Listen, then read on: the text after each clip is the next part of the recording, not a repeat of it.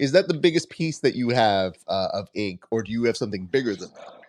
So no, that is the biggest piece. So I have from the top all the way down to the hand right here, and I got the fingers done. I just got these fingers done as well. I'd like to get all the I'd like to get more pieces, but it's like taking time off from training to get the tattoos, and then the money for the tattoos because you want somebody that's good at it, so you want to pay some money, and then the time it takes and the pain. Fucking tattoos hurt like a motherfucker, but they're so cool, so I like them.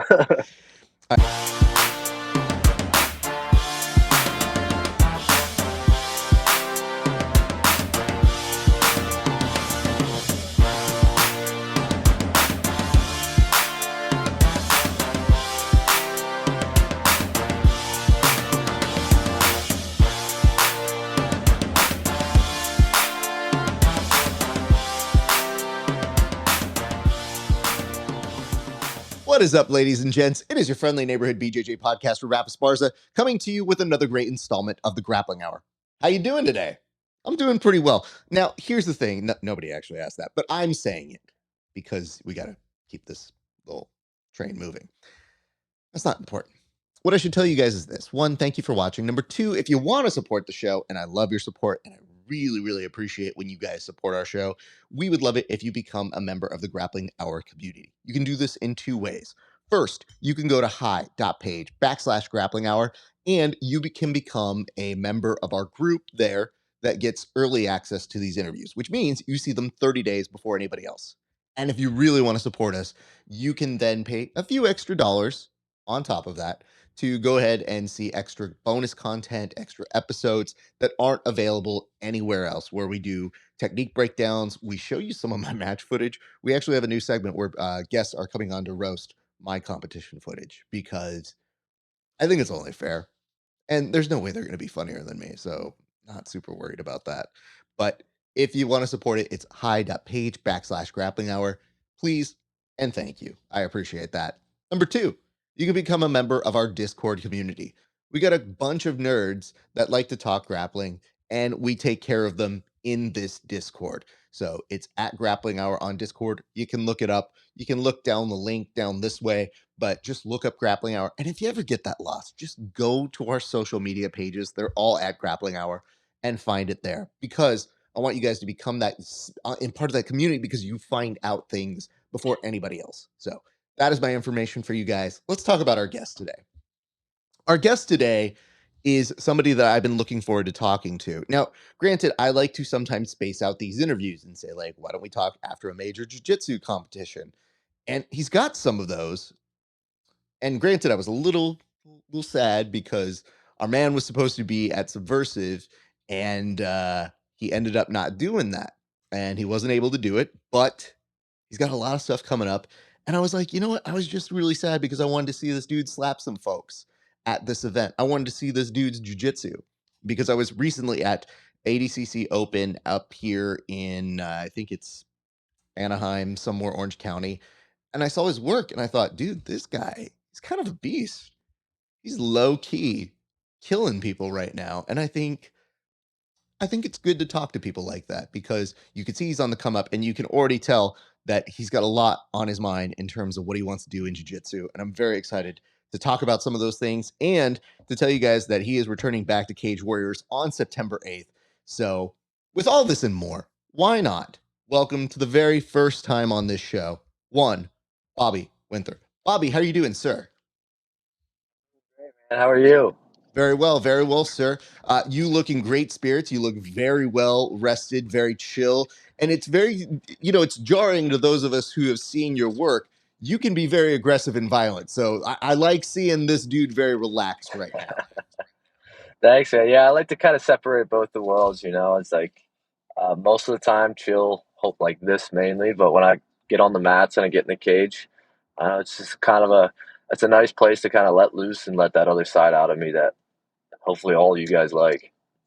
No, I mean, listen, dude, it definitely caught my attention. And, I had heard of you. I've seen a little bit of your work on the jiu-jitsu side. And the weird part to me was I just saw this, I wouldn't call it a Jekyll and Hyde, but just a very different personality, where I don't want to say I thought I saw you sleeping on the side, but I saw you just chilling. And then when it was time to go, people were whispering like, "Have you seen this dude?" And I was like, "Yeah, yeah, he's pretty good, man." And I saw you get to work, and I was just like, "Yeah." And I told them, they're like, "Are you going to interview him?" I was like, "In time." And then Subversiv was coming along, and I was like, "Oh, that's a surefire way to interview." And I go, "Oh, he's not going to do it. He's dead to me for like a month. It's fine." But Dude, I then was you so gave it. pissed I couldn't do it. So, if I may ask, what came up? I ended up just kind of having some like a lot of life things kind of coming up, and it just didn't really line up, and I wasn't really focused at the time, and I was like, you know what? It's not the best thing for Subversive. It's not the best thing for me to kind of come in half cocked, and I was like, you know what? This there'll be other opportunities, and I was like, I hate being the guy that I literally I never pull out of these events, and I felt really bad about it. So I was like, well, shit, like, but unfortunately, sometimes that's the way the cookie crumbles, and hope and talking with the promoter of it, he was like, "Yeah, definitely want to have you back. Want to see you get in there." I was like, "Yeah, dude, I really want to get in there." But fortunately, it was good to have my teammate Anthony Orozco kind of take my spot on the team, and he just dominated. So that was just it was really cool to see him kind of like get his name out there on the scene, and especially in jiu-jitsu because he's a fucking beast. I wasn't gonna put it like that. Losing you got somebody better. I wasn't gonna say that. Nobody would ever say that. But I will say, if you do have to have somebody replace you, Anthony was so vital for his team. Like, and this is something I'm setting up an interview with him in the near future. But this is something I want to talk about with him, which was you could see momentum. Momentum is a real thing when you compete, and the way that he turned that momentum for his team was it made him very much an MVP.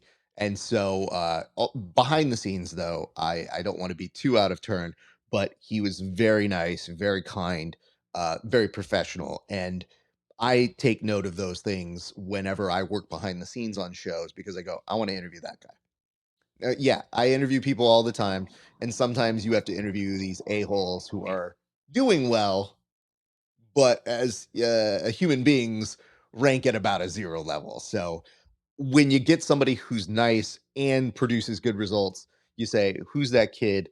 I want to put him on more things." So in actuality, that makes you kind of a talent producer, sir. So congratulations for a good eye on that. I appreciate it. I'll try to keep an eye out for you guys for that. Hey, listen, there's nothing that makes me happier than somebody else telling me to keep an eye on this person because it is exhausting. Like literally, there's an event going on right now on Flow Grappling that I'm like, "Ah, God, I gotta fucking take notes on that too." Okay. You're like, oh, there's like 1,000 fucking jujitsu competitors. Like, all right, which one's gonna be the one that stands out and is not an asshole? And then you're like, Well, fuck, all that right. the asshole part is like part two. The asshole part is like something I put on a wishing star every night. The actual like following the sport, especially for people, we've got a pretty good network of friends on this show. But sometimes they'll come up to me, they're like, "Yo, did you see my match?" And I'm like, "No." And they go, "What happened?" I go, I lived a life that weekend, or I haven't gotten to it yet, but it's on my queue. Yeah. And I'm like, dude, if it's between you and I don't know, a new Star Wars series. I don't know who I'm getting to first, if I'm being honest. Yeah, I'll watch your shit later. Exactly. Like, listen, dude, I get around to everything. It's just a lot of hours of consumption. But let's get more to you, sir. So, again, grievances passed. Happy you did it. But I think what's good is it shows me that you were able to recognize what was good for your own priorities and that you didn't want to shortchange the event. And you just kind of said, like, hey, listen, I need some time, get my stuff together. And man, did you, because you've got a fight coming up on September 8th. So, how did that come together? How long have you been with Cage Warriors? And how did you get on their radar? Well, I kind of got on their radar. So fast forward back to the beginning of this year in January, I ended up defending my California state title in the amateur circuit, and then I had picked up the Spar Star title at welterweight. And after that, I had gotten we had gotten married, my wife and I.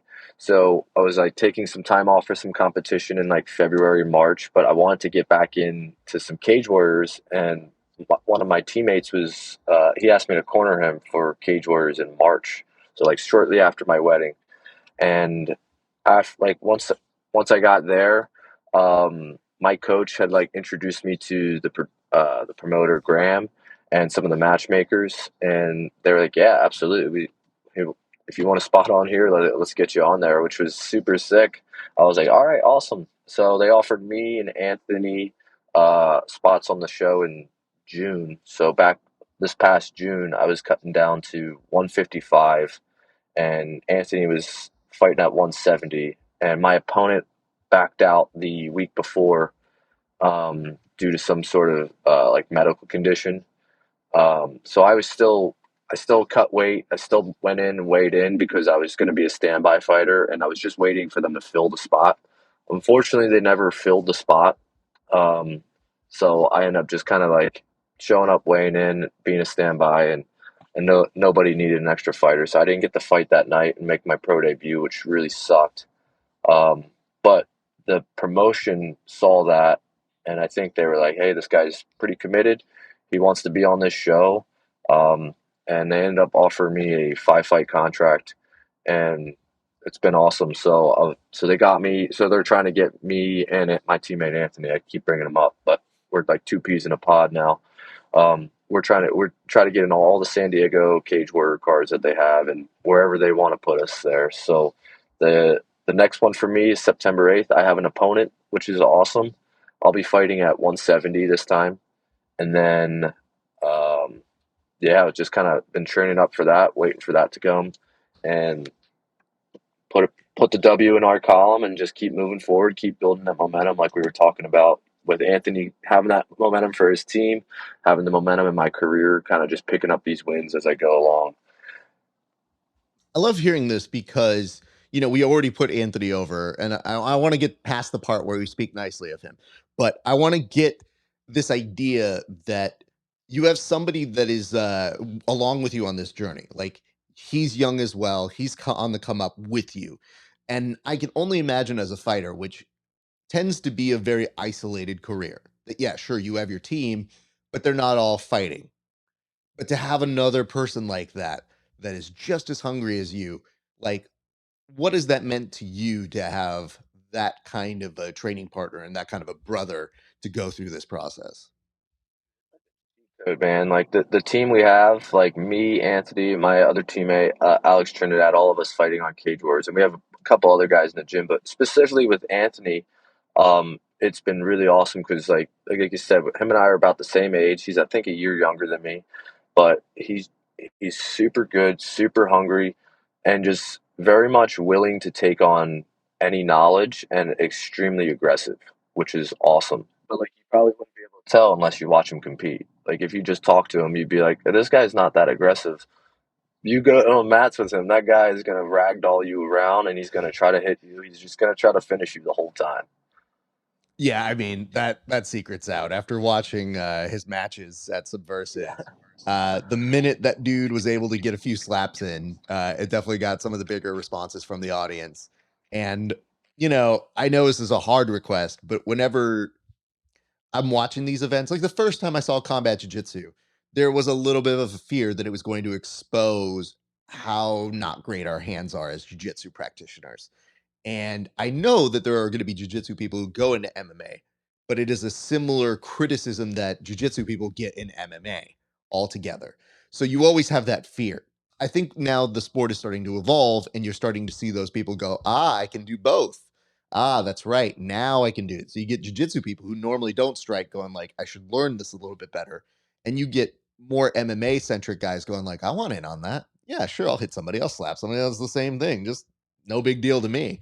So when you see somebody like him who kind of can speak both languages, it does make for something very compelling. So I do think you're good on that. All right, enough about Anthony. He gets his own time in a few days, and then we'll talk shit about him on there. But you're right. He does kind of look like unassuming because he's so lively and funny and nice. Just whenever he's doing his stuff, like whenever he is doing off-screen stuff, he is very, very jovial and very funny behind the scenes. So I do think that it is very fun to watch that dude on the come up as well. Let's ask this, sir. So we're going to go in order here in a second, but I was very intrigued to ask about this nickname. How does one get the nickname the Ghost? Because that seems like a moniker you're going by. I don't know any stories. I don't know any reasons behind it. And I have seen you fight, and I don't know if there's a connection, but where does one get that moniker? Honestly, I it was just kind of one that. Do you play video games at all? Not as much as I used to, but yes. There's a game called Ghost of Tsushima, and it's actually the tattoo. Can you see me right now? Yeah, yeah. Awesome, yeah. So that's like the tattoo. This is a character from that game, but he is called the Ghost, and I kind of liked the whole story of his vibe. Was like, all right, he's a samurai, he tries to use honor, but like, there's a time and place where he was like, I can't use like a traditional means to kill these people.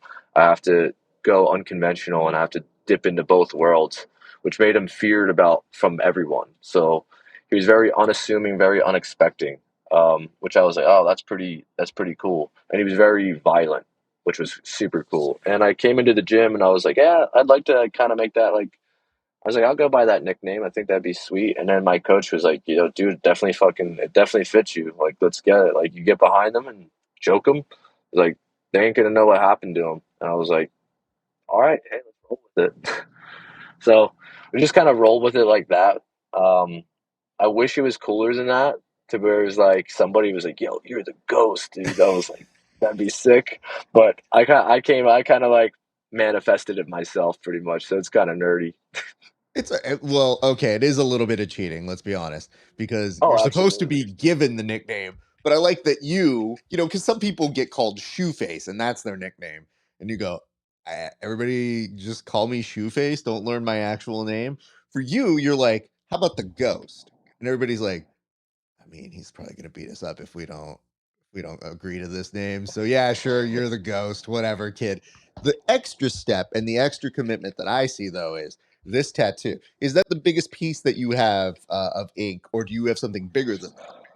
So no, that is the biggest piece. So I have from the top all the way down to the hand right here, and I got the fingers done. I just got these fingers done as well. I'd like to get all the like I'd like to get more pieces, but it's like taking time off from training to get the tattoos, and then the money for the tattoos because you want somebody that's good at it, so you want to pay some money, and then the time it takes and the pain. Fucking tattoos hurt like a motherfucker, but they're so cool, so I like them.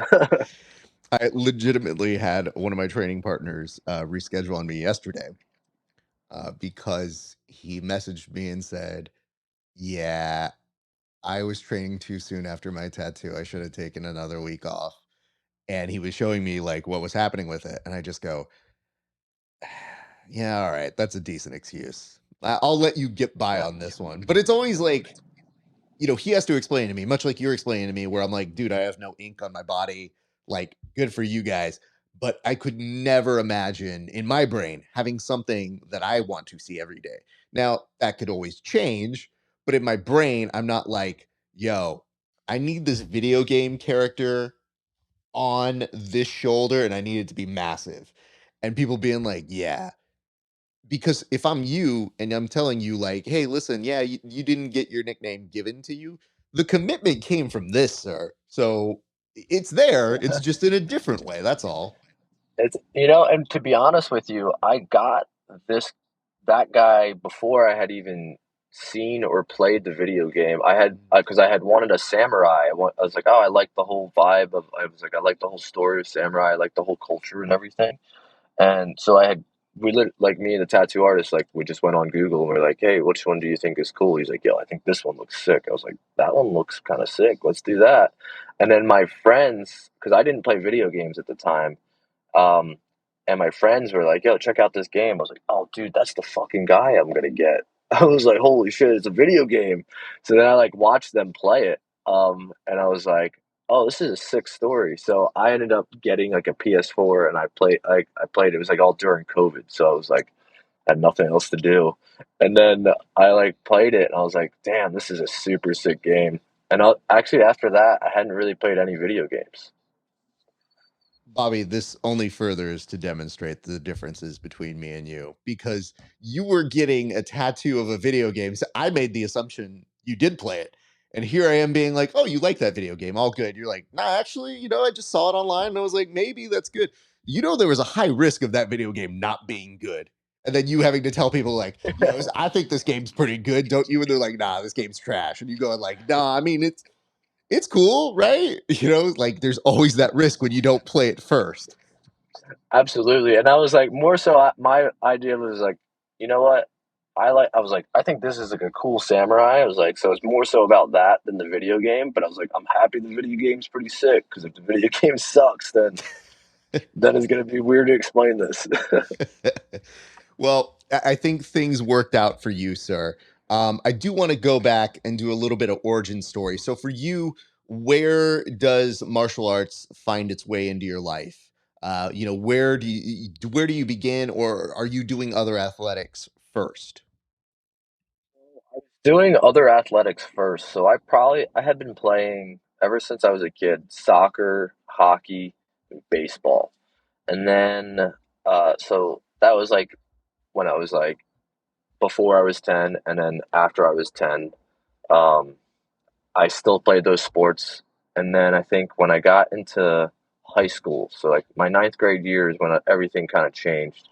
I dropped baseball because I sucked. I couldn't fucking hit that ball for shit. I could just bunt and run fast. Other than that, I really couldn't do much. So I was like, you know what? I'm probably not gonna make it in baseball. I kind of like these other sports. I like watching it. It's whatever. So I dropped that. The soccer team I was playing on, I was a goalie, and they were doing pretty well. So I still played that, and I just played hockey for pretty much like in like a rec league for the most part. It wasn't super competitive, but it was just something fun to kind of keep doing. I loved it, and we always played when I was a kid.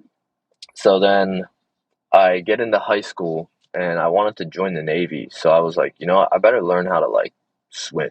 Like I should probably be a good swimmer. So I joined the swim team. And swim season is the same season as wrestling season. And I was like, well, you know what? This is like going to be the thing for me later. Like, whatever. I'm going to do swimming.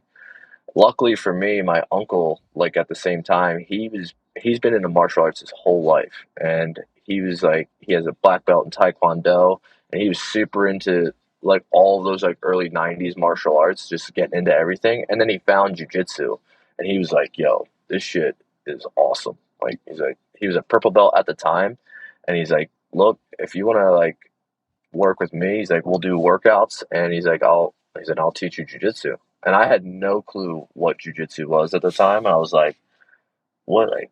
I was like, is that like do you like break people's necks and like what do you do?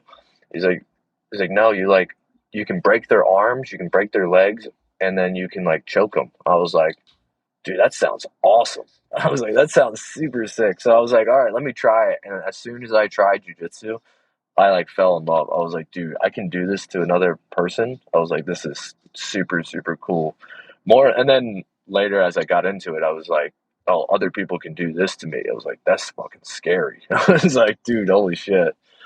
So I picked up jujitsu, and then eventually kind of just I did that all throughout high school. Ended up getting my blue belt when I was like around 17, and then I joined the Navy at that point, so I had to stop for a little bit, and then I got into it a couple years after that, probably back when I was around like 20, 21. I think around 20 actually is when I got back into it. I went back to the jiu-jitsu gym, and then just started picking up wrestling from some of the other wrestlers that I got that had rolled with, because I was like, "Yo, I can choke you," and they're like, "Well, I can just take you down, do it relentlessly." And I was like, "Yeah, go ahead and try it." And then like I for the one submission I'd get, they had taken me down like 30 times. I was like, you know what? I probably should learn how to fucking wrestle. I was like, this thing sucks. So I just kind of picked it up a lot. I went with some good wrestlers and just try to like learn it from them.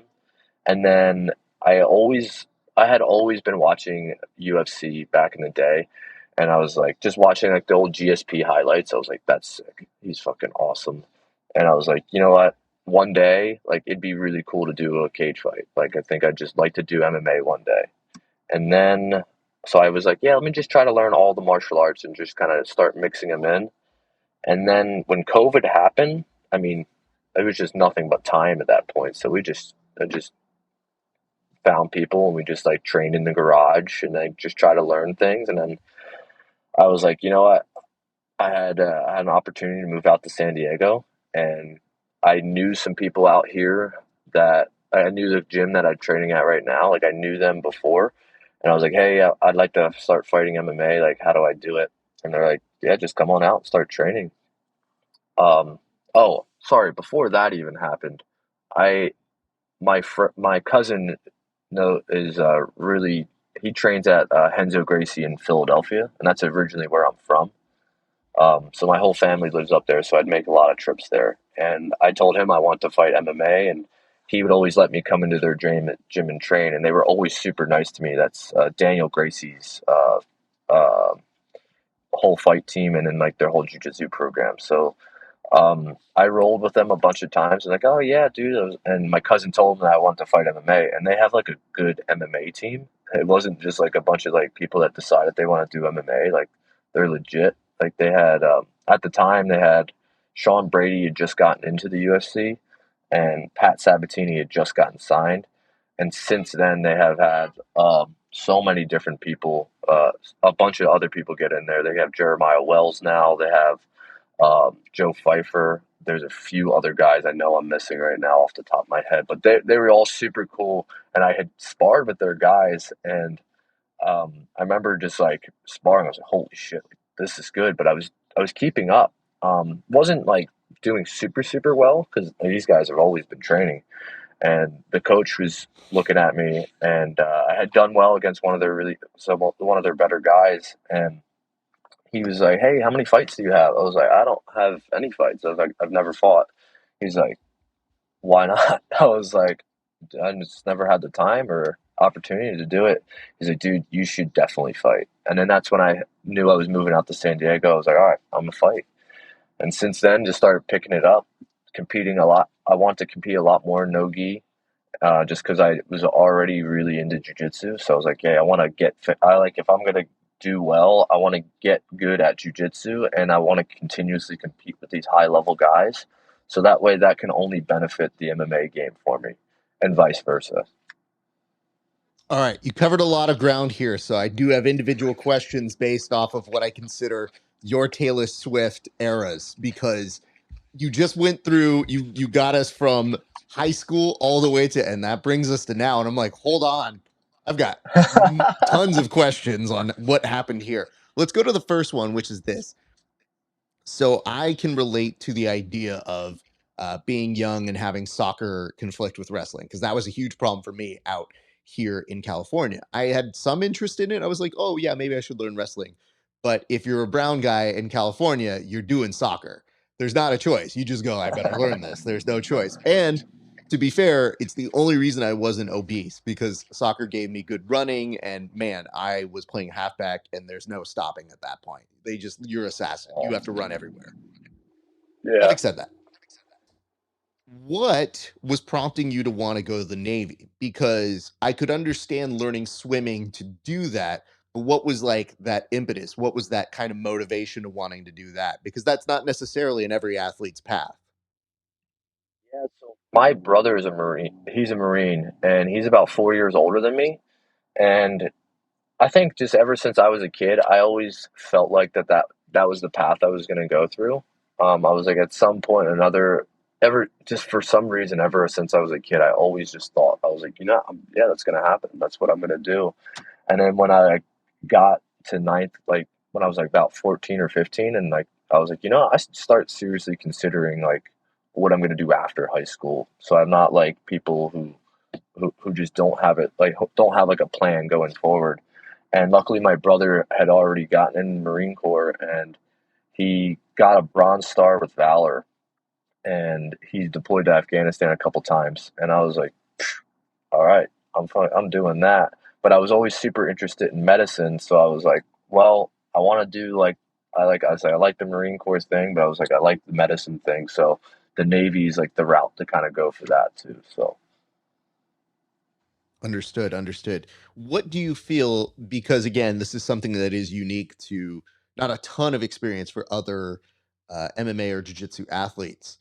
What did you benefit from that process? Or did you take anything from that process that is then found its way into how you train, how you conduct yourself, or anything from that?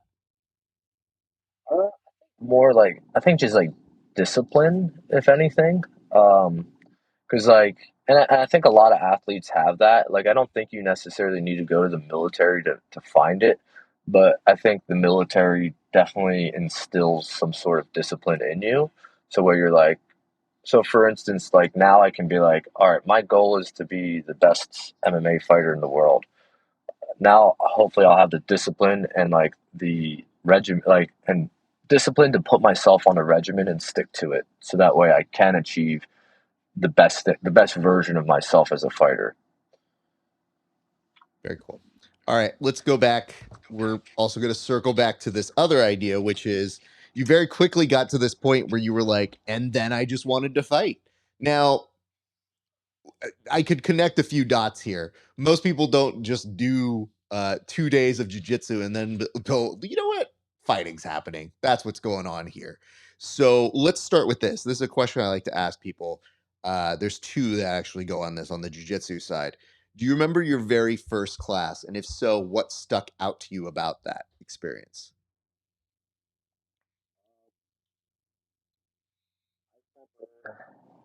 Yeah, actually, I remember I was where my like so my uncle had taught me an art. Like I remember the very first moves that I was just talking about somebody that this yesterday. Like the very first submission I have ever learned. But I remember the very first thing he ever taught me was an arm drag. He was like, "This is the very first thing you'll learn." He's like, "This is the most important thing you'll ever learn in grappling." And I was like, God damn, is he right? I was like, still now, like 12 years later, I still use arm drags as one of the main attacks to get to the back, and it's how I win fights now. And I was like, damn, that's wild. But I remember the first thing that I thought was cool was like I was in butterfly guard. I could lift somebody up, move them over, put them directly into a arm triangle, flip them over, and choke them. And I was like, to me, it crossed all the boxes. I could lift somebody, I could flip them, and then I could choke them. And I was like, holy shit! Like you could finish the person. I was like, dude, this is sick. I want to learn more of this. Whatever it is, this is super cool. And then he just kind of kept showing me. He's like, yeah, let's work, let's work. He took me to the gym, and I would roll with people. I would get beat up, but then people were like, you're tough. Like just because I would, he was. This is what he would always say. He would be like, he's like, you get beat up, but then you'd have a smile on your face and always come back. And then I was like, you know what? Yeah, I was like, that's how I always knew. I don't know why I liked it, but I was like, I think I'm gonna get good at this. I was like, and hopefully I can keep getting better at it. I have a very vivid memory of my first day at a 10th planet out here in California, and they paired me up with a Marine, and it was natural to me because one of the first people who I was like rolling with and kind of teaching me stuff was a buddy who had just finished a stint as a Marine himself. Except he would do this thing because they're combatives. They would have you sit back to back, and then you would have to face each other. It's like you start back to back, and they say go.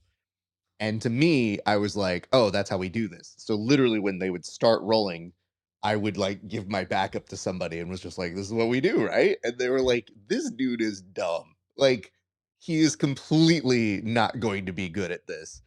And I remembered this Marine at the end of the experience on that first day of the actual class looking at me and going like, "Hey man, yeah, you're pretty tough." And I go, "Oh, cool. Like, thanks, dude. That's awesome."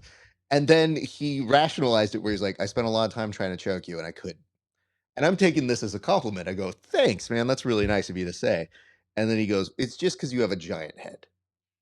And I go, "Well, this is less cool." Uh, this was a compliment up until we got to this. And I remember just sitting there being like, is this dude just in his feels or is there something there? And the fact that all I could think of was is there something there became like this, no, that might be my thing. Lo and behold, all these years later, I have good defense. So that so much to the point yesterday where when I was rolling with one of my buddies, he literally stopped mid-roll and left. He was like, I can't, you know what? I'm done. And I'm like, but you were winning, man. He's like, nah, I can't. And I go, okay. So all these years later, that's my special trait in jiu-jitsu. So And look at you now, you're competing today, aren't you? I am, but what's really funny about that is that I've been doing this for so long that I just enjoy the process of jujitsu even more so than competition. I did athlete stuff for 10, 11 years, soccer, baseball, football, track, all this sort of stuff. And I was okay at it. But then I competed in speech and debate for 4 years and then taught for 3. And the mental capacity that taught me, because I was used to a scoreboard. I was used to telling people, like, look at that, score, done. We won, we lost. That's what it is. With speech and debate, it's a subjective voting activity. So you have judges who say, yep or nope. And sometimes they would literally say, you're amazing, your topic sucks. 4. And you'd be like, what? Like, what? How do I get better? And so that was more of a mind fuck to me than scoreboard, because scoreboard was life. It was just like, oh, we scored a goal, we were winning. Oh, this ref, he sucks. Ah, but we're gonna come back and we're gonna win. When someone literally would look at what you did and go, yeah, just it's not for me. It teaches you a certain kind of patience so that now when I compete, it's just like, this is fun. Like now I'm having a blast. I don't have to worry about somebody being like, I just don't like your jiu-jitsu. And I'm like, too bad it won by points. Screw you. Like, Exactly. so anytime I see people celebrating over advantages and whatnot, I kind of laugh because I go, sure, dude, you won. And even like there are a couple of matches that I've won that I've been like, I walked over to my team. I'm like, yeah, it wasn't great, but we got the job done. Hey, it is what it is. Got the arm raised. Absolutely. And I mean, listen, dude, it's part of the reason why, as somebody who even has promoted events and done things behind the scenes, your job as an athlete is to do what you need to do to win. I would Yeah. love it if it's exciting. I really would, especially as a promoter occasionally. But what I do love is watching the people approach a craft and saying, this is a puzzle, I have to figure it out. And if I can make it exciting as a result of that, then you succeed at a very high level. And that's difficult to do. Not everybody can do that. But yeah, man. So I'm not going anywhere. This sport stuck with me. So that's why I just kind of laugh. And to this day, I'm like, I don't even know that I've seen that Marine in the community. And it is a small community out here in SoCal where I kind of know everybody. It's like, it's funny, like people are like, hey, do you know this person? And you know how it goes. You're like, I mean, I don't know that name, but like if I see the face, I'll probably be like, yo, I've seen that guy like at all the tournaments or whatever. Like you'll be like, oh shit. Or like I've rolled with that guy before, like, oh shit, I remember that now. But you're right, it's such a small scene. Like the fight scene in general is not very big. Yeah. Yeah. And I mean, it's kind of funny because I have students or I have friends who are newer to the community. And even yesterday, a buddy of ours, PJ Barch, showed up. He did a seminar at my gym. And, PJ's kind of roasting me. And my friends who don't know that we know each other are like, dude, is this? I was like, no, no, no. PJ and I know each other. And they're like, oh, yeah. And I was like, yeah, I'm mad because he's never rolled with me. And this dude's roasting me like I'm bad at jujitsu, which facts, but I'm like, you've never beaten me up. So as far as I'm concerned, 0-0, my friend. Sure, you've been to ADCC and I've watched ADCC. But as far as I'm concerned, you haven't really beaten me though. So Oh no, baby. so like, and the fact That's that you pretty funny. you say that to somebody who's highly competitive like he is, you get this look like, okay. Okay. And I go, you could fix this at any point by trading with me. And yet, oh, you don't feel so good today. Okay. And so they start laughing, and I go, just remember one thing, PJ. You're very good at jujitsu, but I will always be funnier than you, no matter what. And that doesn't go away. And he laughs. But it's funny to me because you create all these relationships with people that sometimes they don't know. And a lot of my students are like, you know this person? I go, yeah, we've trained together, or we have a friend, a mutual friend.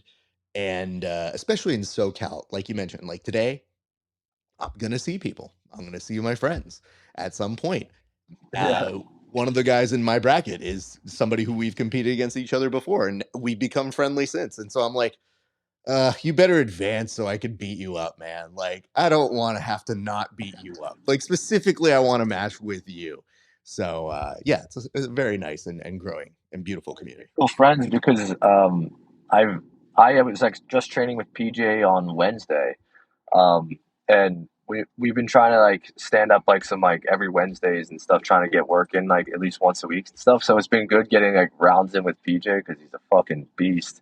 But like it's pretty funny to like see like the mutual connections because like I always forget how big 10th Planet is because I'm like, oh, like I know, like you like I was like everyone knows PJ, but like everyone in 10th Planet, everyone knows PJ there, and you're like, oh shit, and it's like, oh damn, I forget you're 10th Planet, or if you roll with anyone in that area, you're like, oh shit, like you all know each other, which is so pretty. It's so fucking cool. And the funny part to me is I'm like, I don't necessarily go to a 10th Planet.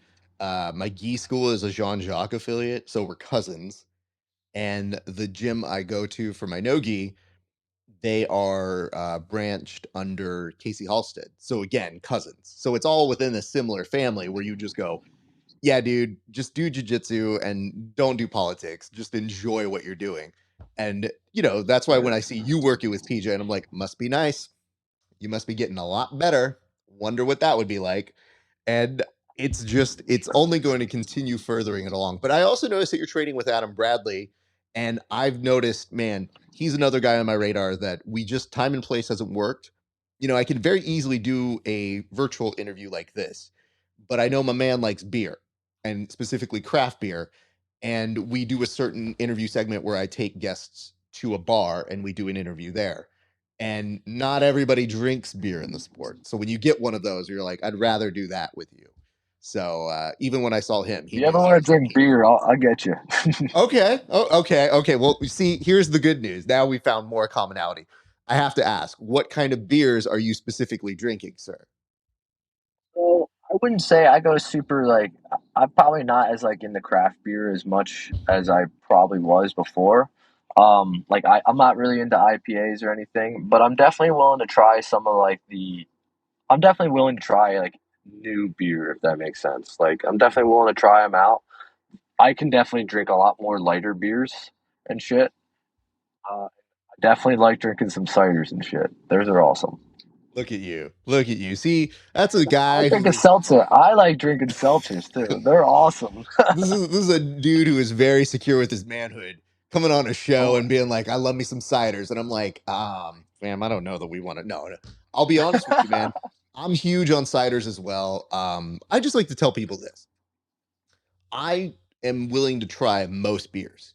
I like craft beers specifically, but that comes from an enthusiasm to, okay, I've never had that. Try it. Give it to me.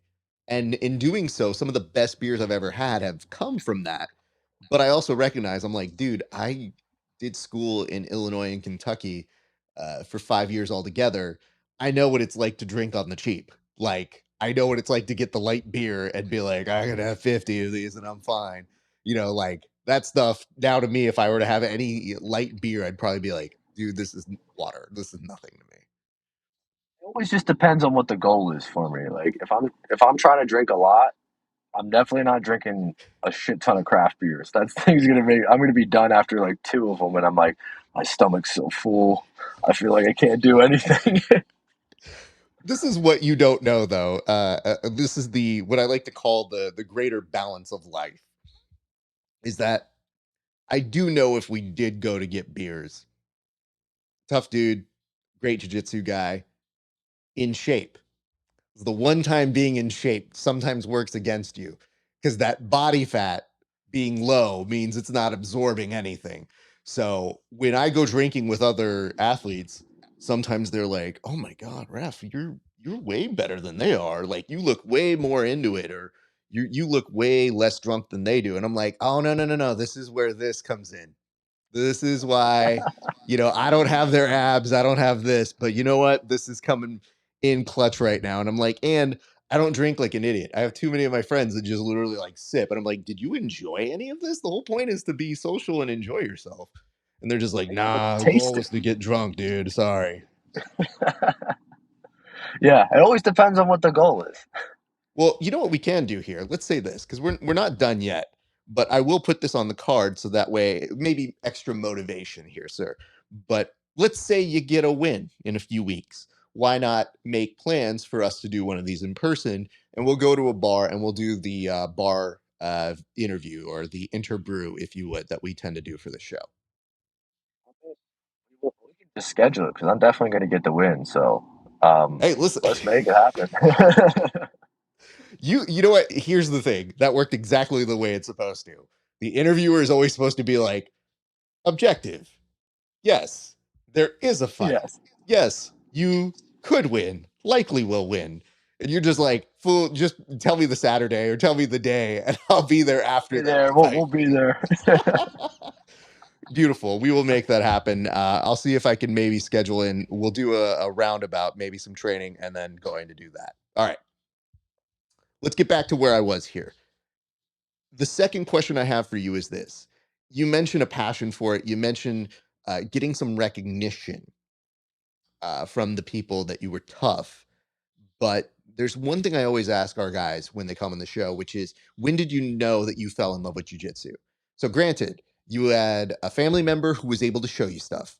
You had an early interest in those days when you realized you could actually strangle or break joints, and that's fun. But when did it actually become something that you now pursue as an actual craft and as an actual profession? But when did you know that you fell in love with it so much to the point that, yeah, this is what you really want to do? Until probably not until like years after I started it. Like I think like right away, like I was hooked and I was really interested in it. But like I think when I was like, oh, I love this, was probably right around COVID, when COVID had happened, and I realized it was like, oh, like I do this all the time, and then I started nerding out a lot more on it just because I could like I had nothing else to do. I was like, let's get in it, and I was like, you know what? I was like, this is super sick. I got to teach when I got to teach people something that I was good at. That was when I was like, this is the coolest thing ever. I was like, I'll always do this no matter what, whether my body's in shape or out of shape or broken or not broken. I'll be able to at least pass some sort of knowledge on to somebody about this sport. And I was like, that's the coolest fucking thing in the world. I was like, dude, I was like, this is awesome. Like, you don't have to be the best in the world to be able to pass that knowledge, which is like the coolest aspect of jujitsu. Having said that, now let's get into the MMA side of it. You did allude to this as well when you were kind of saying, like, yeah, COVID was instrumental in that. But I do like trying to connect the dots, which is, again, fighting is not necessarily something that every jiu-jitsu practitioner does. So what part of the brain is either hyperfunctional or missing that makes you want to become a fighter? Yeah, that's awesome. I like that the way you put it there. Um, I think for me, I think when you saw grappling without strikes, um, you can kind of see some sort of metas of the game develop that because there's no strikes, they were able to develop that way. Which, and I think that's a great thing for the sport, and I think it was awesome to develop new grappling techniques. However, when you saw in MMA, and you still see it now, the basics always won the fight. And I was kind of like talking like people that were super knowledgeable about it. I was like, why is it? Why do these things not work? And they're like, literally, it's as simple as you take this fist and you drive it in their face, and they're gonna stop doing it. I was like, I was like, that sounds pretty cool, actually. And I was like, you know what? Like, I was like, you like using like the craft of jujitsu, like the craft of wrestling, and like of grappling in general. I kind of like using grappling as the term for it. Using that to kind of mix in with your strikes. Like the people that do that the best, I think, are kind of some of the baddest dudes out there. And I think to be able to, because whether you're a kickboxer or just a grappler, every single person needs to know some sort of grappling in order to be good at what they're at in mixed martial arts. So I was like, you know what? everyone's got to know grappling, so we should know everything. And like for some reason, I just kind of went down the hole, and I was like, you know what? You should know striking to get into your grappling. If you're ever going to be in a legitimate fight, I was like, you don't want to be the guy that can't use his jiu-jitsu, like because you don't know how to throw your hands or you don't know how to close the distance on someone. So I was like, to me, I was like, well, because I fell in love with the ground stuff. If I can never get down to that stuff, then it's useless to me. So I might as well learn and do MMA. And because to me, I think that's like the for me, I think that's like the highest form of fighting because you have to mix in so many different things. You don't necessarily have to be the best at any of them. You just have to be able to go back and forth between them faster and better than the other guy, and that can generally mean who wins the fight there. Long answer, but that's why. Good answer, but hold on, I'm just writing this down. Fist in face, rethink rolling with Bobby. Okay, good. Just want to make sure I noted that down. Like, I wouldn't go as far as to call you a goon. I think you're far too nice. I haven't rolled with you. I still stand the ability to reclaim that though at some point. But that goon language of like, when you're rolling with somebody who they start doing the like knuckle throat punch if they're in mount for those Ezekiels, and me going, oh, fuck, all right, dude, we're doing that kind of roll. All right, fair enough. And then they always Some wonder, shit like that. but we tell people, or at least people say this in my case, but they're like, man, yeah, Raph, he rolls really aggressive, and they're like, what'd you do to him? I'm like, yeah, dude, I don't have that reputation. If you do something to me, you've made a choice and you've made a commitment that now that's the role we're doing. I go, everybody else gets the nice role. So my reputation's good enough where they'll be like, yeah, Raph's a choose your own adventure, and you chose a path that I'm sure he didn't even really want to do, but here we are. I respect the hell out of it because you are 100% right. There are some times because like in jiu-jitsu, you're not going to be like just trying to like rake people's faces off and whatever. Like you obviously just like you're trying to get like good training in and not have everyone hate you. But like then there's that person that's just going super super hard and like wants to like kill you, and then you're like, I'm not ready for this, but I guess we're gonna have to do it. And I'm like, all right, here we go. See, the good news is you fight, so you have other means. Sometimes, and this is the thing I like to say about jiu-jitsu self-defense, is that whenever they say self-defense, and this is kind of why I pull back a little bit from this mentality, they always go, hey, if somebody comes up to you on the streets and they do this, and then they'll show you a self-defense move, and I'll like raise my hand. I'm like, but what if they're ranked higher than me? Like, has anybody ever thought that? It like bad people learn jujitsu too. So like, yo, I can hang with a lot of good people, but man, if they're maybe a brown belt to my purple belt, uh, you know, maybe my arm drag isn't gonna work for me at that day. So what else you got? For So real. it's a joke that I like to continuously do, but I tell people, I'm like, the nice part about this is it goes back to day one for me, which is, oh, I learned I'm durable. Doesn't mean I'm good. It just means I'm around, and it means that in later years I found it to be an asset because I can put people in situations where they're winning, but they're not finishing. And as a result of that, it's like, all right, well, then I'm going to be really good because if you're subbing me, chances are you'll probably be getting these other people because my brain works the reverse. If yours is doing offense, mine is negating it and not giving you what you want. And as a result of that, I think that's a premium for people who want to train safely and maybe fight or compete at a high level. And my thing is when I'm you and you look at it, you go, all right, it's going to be a day. It's me going like, oh, I may be pushing myself with somebody who is clearly better than me.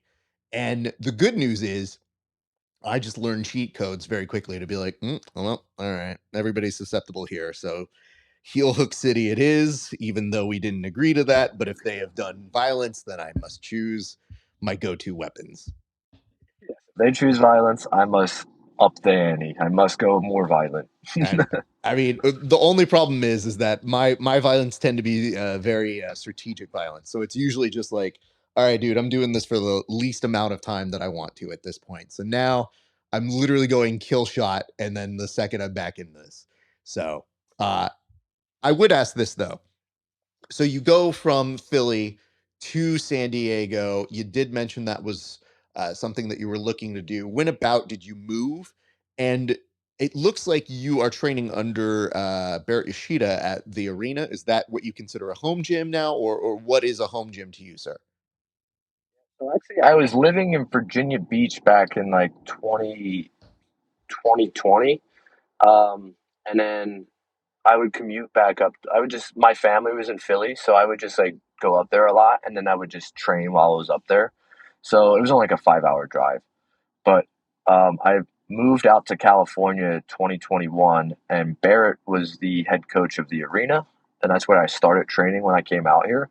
And he actually, so I got my brown belt underneath Barrett, and then Barrett ended up leaving the arena and moving to the training center under Chris Lieben. And that's when Adam Bradley took over the program. And I've been training with Adam for a while too. Um, I do most of my MMA um, out of the arena. I do all of my MMA, excuse me, out of the arena, and then my jujitsu. I honestly will bounce between. I go to the arena. I train at Legion. Are you familiar with Legion? Yes, I am.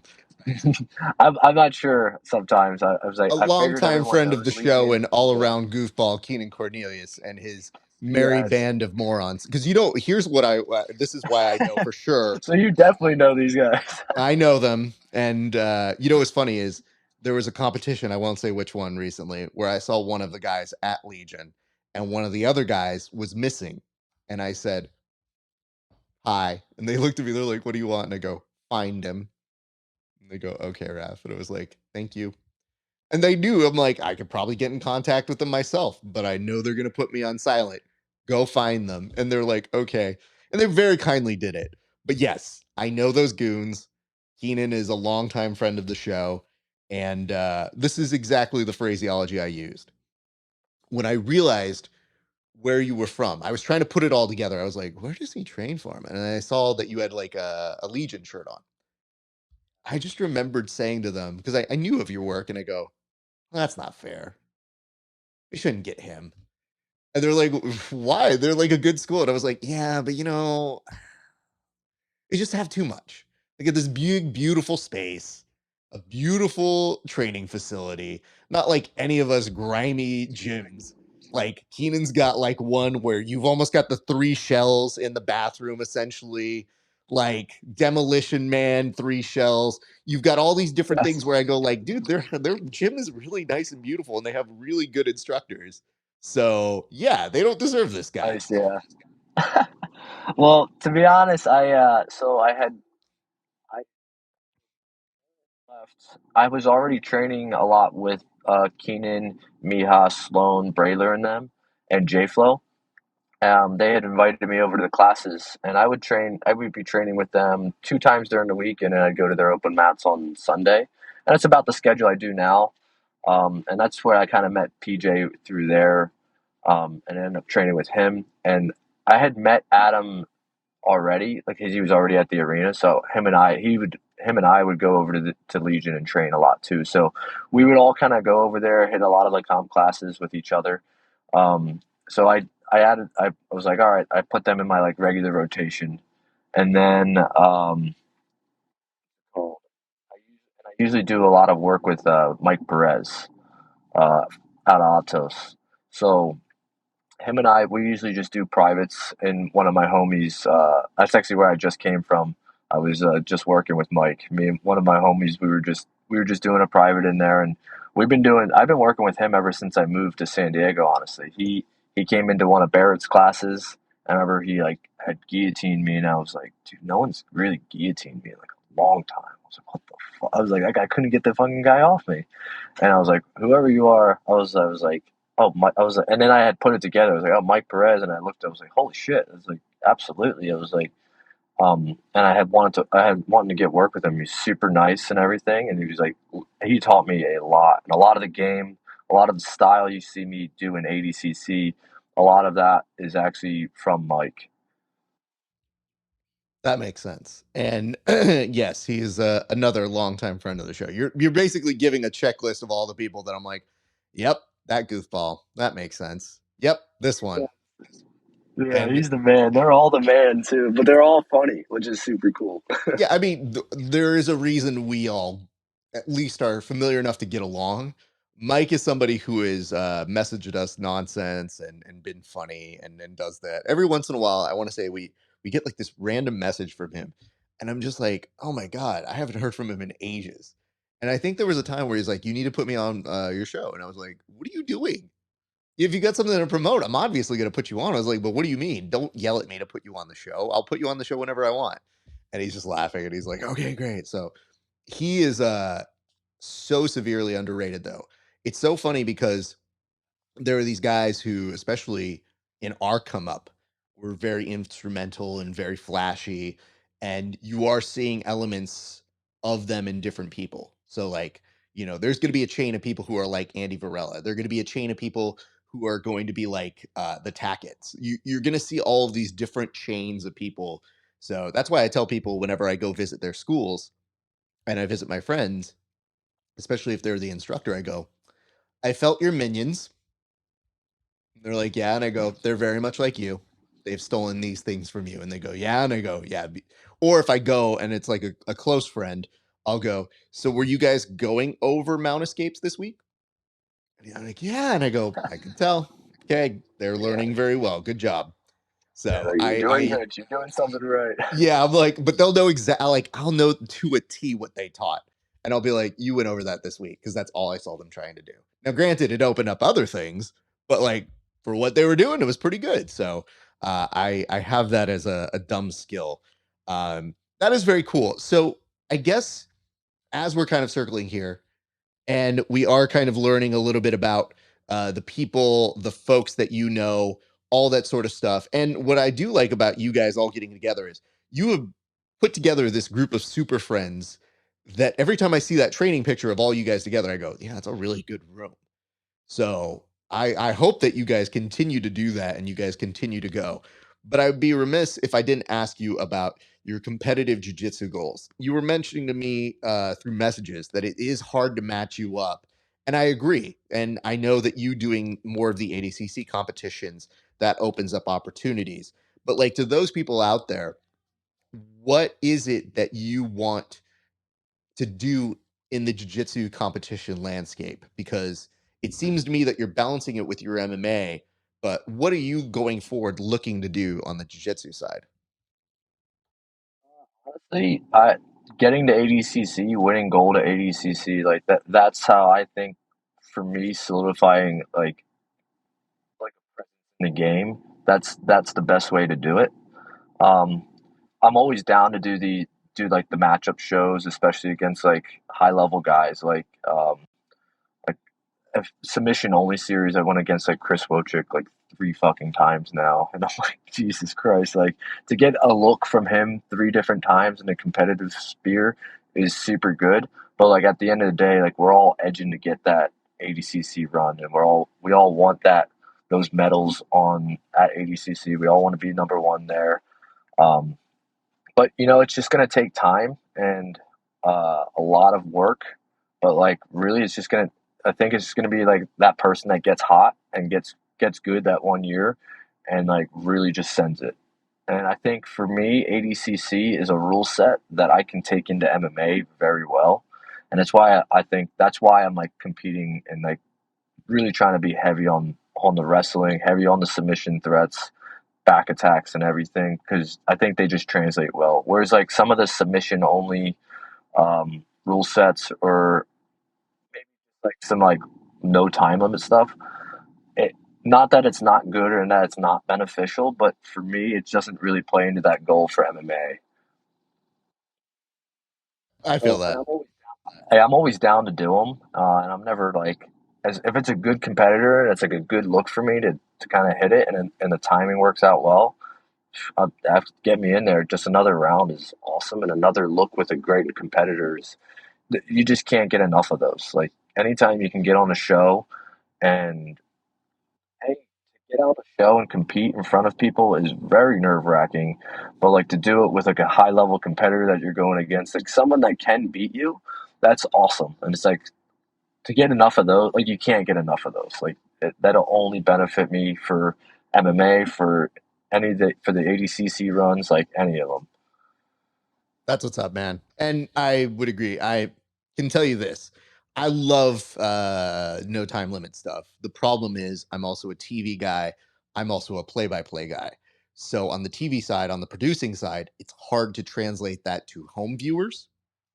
And then as a play-by-play guy, at a certain point, if the match is going on for a long time, you do run out of stuff. And I am somebody with a background in speaking and competed at a very high level in speaking. And I can tell stories for days. I could literally take this interview that we did right now and tell a good story about you for about a good 30 minutes and combine that in with play by play on your jujitsu and what you're doing in front of me. At minute 40, it becomes me reading horoscopes. At minute 50, it's me doing my 5-minute set that I'd be doing at a comedy club. At minute 60, it's me just taking questions from the audience and being like, what are you guys feeling right now? Do you guys have any I bet hopes that or would be dreams? pretty difficult to be honest. It literally is. And there's videos of me doing it. So I definitely have done it before in matches where I've had to earn my paycheck that day and tell an interesting story. But I always subscribe to this, which is if we want the sport to really, really go broad or become more accessible to people, you have to be able to do a few things. One, tell good stories, above all. It's what the NFL does better than anybody else. It also means that on the social media side, which we're getting better at, we have to be more like the NBA, which has one of the biggest drivers of engagement. And even if people don't watch the NBA regularly, they know what's going on because social media is really good with them. And if you combine these things with the professionalism and the broadcast styles of what we're seeing on even the MMA side, grappling has a chance. We're just very young comparatively to other sports. So we're in our infancy of figuring out like, this is how you do a package. This is how you tell someone about somebody new. And then on the athlete side, it's athletes learning how to sell themselves in a way that is engaging and interesting. The jujitsu, the competing part, not a problem. Everybody's good. The problem is, how do you package that? So when you're sitting here being like, man, I know this might be controversial. I like to do something else after 8 minutes. Like, shouldn't be controversial. I'd love for it to end in 4. So, the hard part is when you get two black belts who are equal and they go up against each other and they play it safe, sometimes that's not as fun. So, we're running those Awesome. mix of things. And, I think that like the sub only aspect, because like I think that's awesome because it it drives a submission rather than like, hey, I'm just gonna sit here and hold position. Because in with there when there is no strikes, it's hard to like see what that position acts. If you don't understand that, all right, this position's a position of dominance to strike from, because that's how grappling was always scored. Was like, how do you get to positions to strike from, just so we don't have to take damage. Yep. Um, so that's why I think submission only is good because if you can't understand the striking aspect, it gives you like, hey, I get to know like we want to see a finish. This is awesome. So I think EBI, as much as I don't think that the EBI rule set truly determines the better grappler, I do like it for the aspect that it gives you a clear winner at the end, like, which is awesome. You're like, people are like, well, he's not. He was like with like Nicky Rod and Gordon. People are like, oh well, like Gordon still won, but you were really fucking excited to see Nicky Rod almost beat his ass, and you were like, and break his foot, and you're like, dude, that's sick. And I think EBI does a really good job of like of doing that. It sucks when like you've been dominating the whole time in submission only and they've been defending and then they win it in EBI. But hey, competitors are always going to find a way to win through any means that they can, and that's what's super cool about competing is like sometimes it's not as exciting, but sometimes it's super exciting.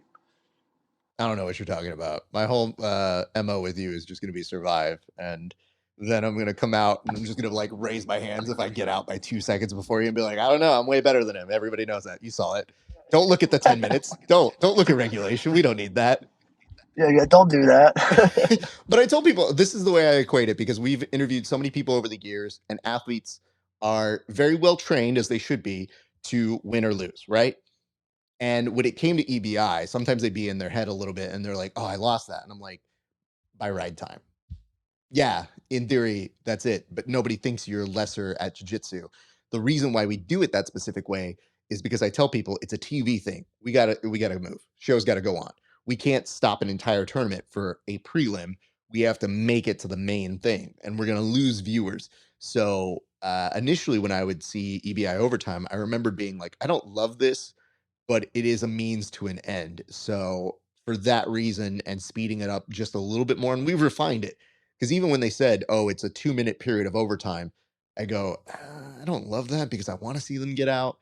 But I do understand that means 6 minutes each potentially, which means 12 minutes, which means TV time. This match could have gone on for 30 minutes, which is too much TV time. And if you have X many matches, yikes. It's adding up at that point. And I think like EBI specifically, like whenever I watch somebody do it, like even knowing that like I don't think it determines the better grappler, I'm still super invested in like the guy. Like, is he gonna get out? Is he gonna get the sub? What's gonna happen? I don't know. I don't. And they're rolling, they're rolling, and then boom, he's got an armbar. I was like, what the fuck? The only thing I'll say about this is in this region, which is the reason I'm good with submission only, because I think like a TV person. I always think like, oh, how does this translate? How does this translate? The real answer is we don't have an actual TV deal. We have streaming deals. So when you talk about streaming, I go, well, it'd be nice if people want to get back to their lives, and then you stop and you go, jiu-jitsu people don't have lives. We can go as long as we want. Take that back. Ha! You guys aren't going anywhere. What you just talked about is the reason why it is what it is, because people go, is that dude gonna get out? I don't know. I'll stick around and That figure it out.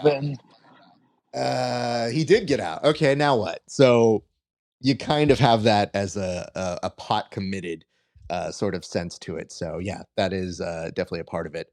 Hey man, I know that you said you were going to give me a certain amount of time and you went over that. So I want to give you an opportunity to do two things. One, I want to ask you to go ahead and plug your fight. What can people expect from you on September 8th?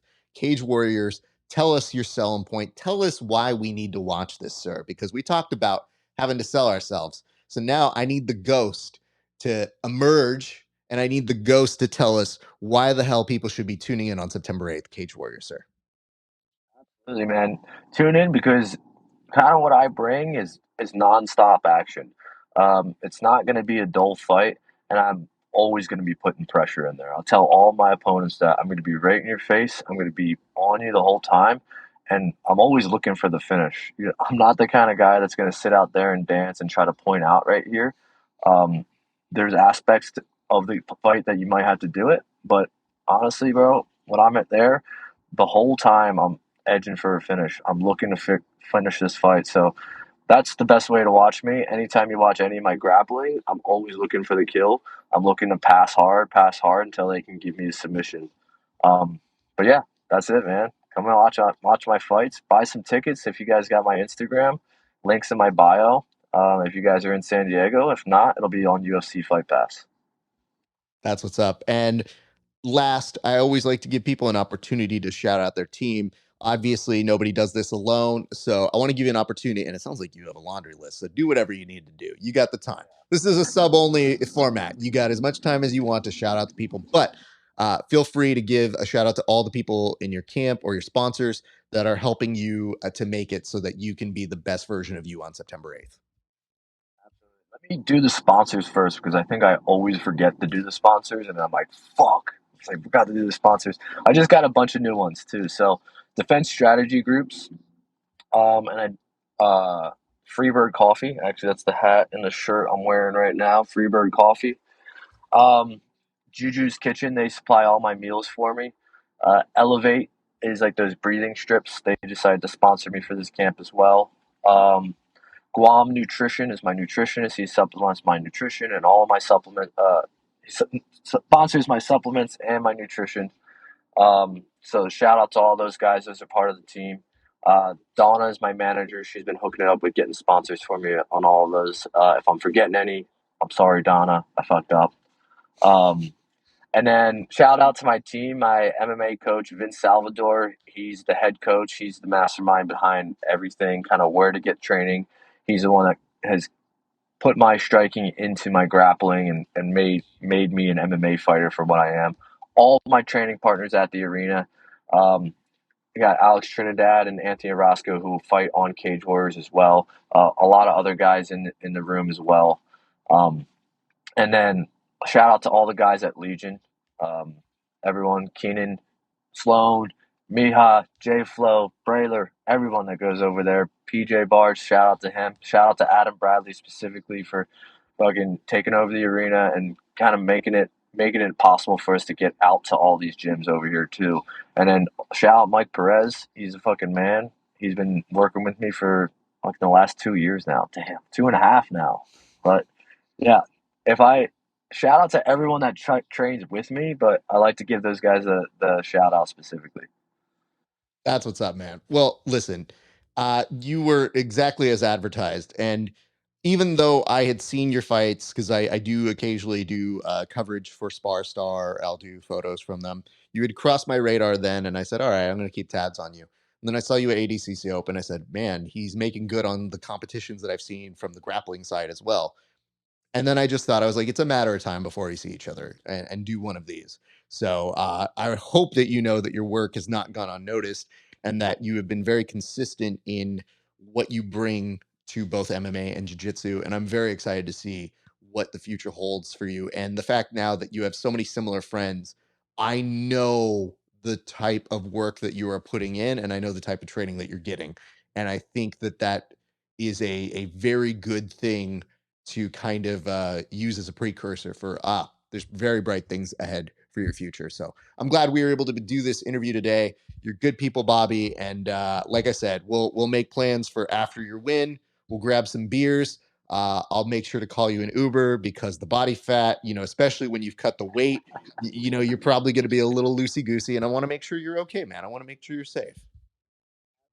Man, I appreciate it, Raf. Thank you so much, man, for having me on here. Thanks for having a podcast to kind of get people like me out there and notice out there. So, you're doing the fighters, all the grapplers, a very good service, man, and we really appreciate it. Well, of course. I'm going to say bye to you off air. I'm just going to close this off, and then I will chat with you in just a second. But, Bobby, great to know you. I appreciate you. Welcome to the Grappling Hour community.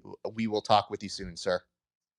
Cheers, brother. Thank you. All right, guys. So that is our episode for today. Hey, just as a couple quick reminders, if you would do us a solid and go over to HY.PAGE/grappling hour, see these interviews 30 days before anybody else. 30 days. Because guess what? Other people, they got to wait. You want this information now, fam. And two, if you pay a little bit extra, you can see some fun interviews, some extra additional content not available anywhere else. And I mean that. I do not make it available anywhere else. You can also see some competition footage, some people roasting me about it, special episodes about sometimes steroids or athletes talking about the person that they have the most respect for, that they've competed in the past against. A lot of fun stuff like that. Also, don't forget to join our Discord. You can find that at Grappling Hour or in any of our bio information, all that good stuff. Anyway, that's what I got for you guys today. It has been a great day for grappling. We'll see you back on the mats.